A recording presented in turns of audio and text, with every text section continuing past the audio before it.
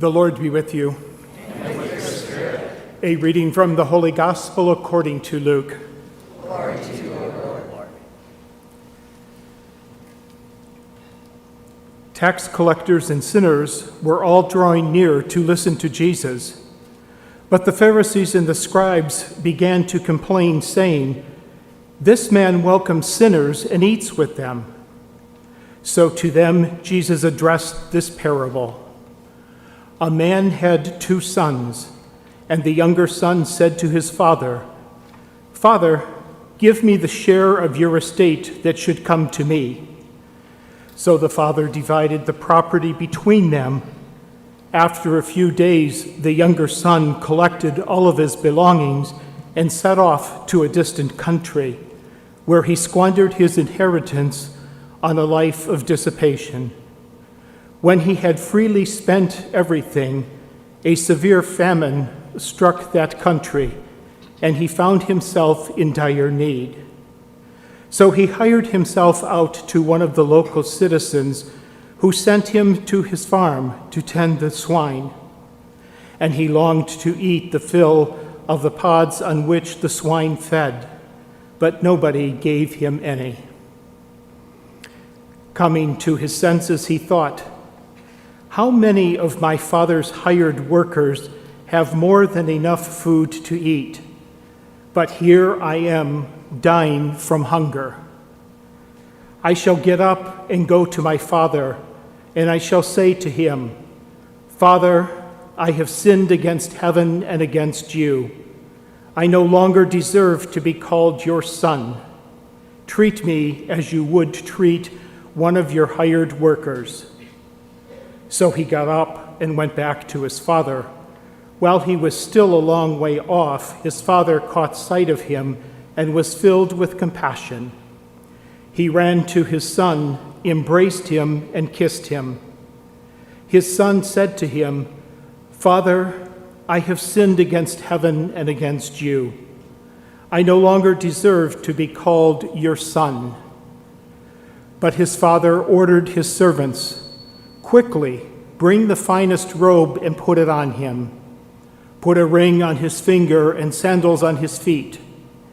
Take the fatted calf and slaughter it. Then let us celebrate with a feast. Because this son of mine was dead, and he has come to life again. He was lost, and he has been found.' Then the celebration began. Now the older son had been out in the field, and on his way back, as he neared the house, he heard the sound of music and dancing. He called to one of the servants and asked what this might mean. The servant said to him, 'Your brother has returned, and your father has slaughtered the fattened calf, because he has him back safe and sound.' He became angry, and when he refused to enter the house, his father came out and pleaded with him. He said to his father in reply, 'Look, all of these years I have served you, and not once did I disobey your orders. Yet you never gave me even a young goat to feast with my friends. But when this son of yours returns, who swallowed up your property with prostitutes, for him you slaughtered the fattened calf.' He said to him, 'My son, you are here with me always. Everything I have is yours. But now we must celebrate and rejoice, because your brother was dead and has come back to life again. He was lost, and he has been found.'" The Gospel of the Lord. Praise to you, Lord Jesus Christ. The last couple of years, when I was in Japan, in addition to obviously working in the parish, I lived in the city of Yokohama, which is a big city of 4 million right next door to Tokyo. Anyways, I taught in a community college in downtown Yokohama run by the YMCA, which, as you know, is a Christian organization. And it was a community college for young people, ages 18 to whatever, who wanted to become physical therapists. And I taught basic Christianity. These were young people who had no clue as to what Christianity was about. I didn't teach any theology. I mean, that would be too much for them to get in 12 or 14 weeks. It was just a few things of what Christians believe, of who we are. And I used the parables a lot. And occasionally I would take the parable and I would divide the class. There were probably, 25 people in the class. I divided it into 4 groups and give them half an hour, and I say, okay, now act this parable out. So see how they could understand the meaning of the parable. And the parable of the prodigal son was one of the favorites of the students all the time, especially of the younger son who took his father's money and went away and lived a life that wasn't very moral. And to see how the students would act this out, and they'd love to act as much as they could, of this young man that left his father, went away, and pretending like they were drinking, pretending like they were drunk, and all kinds of other things. And they really got into it. And I remember this one group in particular, when they were acting out, they said, as the father gave the young man, the brother, his half of the father's belongings, the young son said to his father, "I don't need you anymore. I don't need you anymore. I have everything I need." That's kind of what the story of the prodigal son is. I don't need you anymore. You've given me everything I need. I've gotten all the money. Now let me live my life. Obviously, we would never say that to God. We don't need you anymore, God. I've got everything I need. Nevertheless, sometimes that's the way, perhaps, that we behave. And of course, we know this parable very well because we've heard it so many times. And the young brother goes away, and there's a famine, and he loses everything, and then he has to come back. And the coming back of the young son kind of reminds me of my dog when she does something wrong and she gets scolded. She comes back with those puppy dog eyes, and her ears are hanging down, and she's like, I really didn't mean to do it. And then she gets real excited because she knows it's going to be okay. And the younger brother didn't know everything was going to be okay, but he had his ears down, his tail between his legs, because he knew that he messed up. And we don't mess up as bad as the prodigal son does necessarily, but we do. And we have to consistently come back to the Lord and ask for forgiveness, to tell him we're sorry.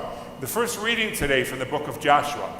Finally, after 40 years, the Jewish people were out of the desert and into the land, the promised land. Finally, they didn't have to rely on God to provide for them the manna, the food that they were eating. And this is the first year that they had planted crops, and it said that they ate parched grain, which doesn't sound very good to me at all. In fact, we don't know what manna was, but they used to say it had the flavor of honey. It was sweet. It was something that God provided for them day after day after day. For 40 years, God nourished them. But he's not nourishing them anymore because they are living in a prosperous life. And sometimes when things are going well, we forget that we still need to rely on God. And the Israelites, perhaps after this, time and time again, we know they continue to sin. They continue to forget that they needed to rely on God. That's what the season of Lent is about. It's about reminding us that we still need to rely on God, no matter how good things are going. If things are going great, well, yeah, we come to church and we say thank you, but we don't realize we have to rely on God. When things are not going very well, and we've got health concerns or relationship concerns, whatever they will be, then all of a sudden we come running to God, oh dear God, oh dear God, oh dear God. Well, that is how it works for us, but that's not how it should work. Just like the younger brother, we didn't have to wait until we get everything that we want and then things go wrong before we come back to God. We have to consistently remember that we need to rely on him. And as I continue to say during this Lenten season, that spirit of evil is always there, ready to tempt us. In the areas where we're the weakest, in the areas where we know that we fall, we can't do it without relying on God's strength, on God's grace. Let the season of Lent, as it continues for the next couple of weeks, remind us of that. Let's not rely on God.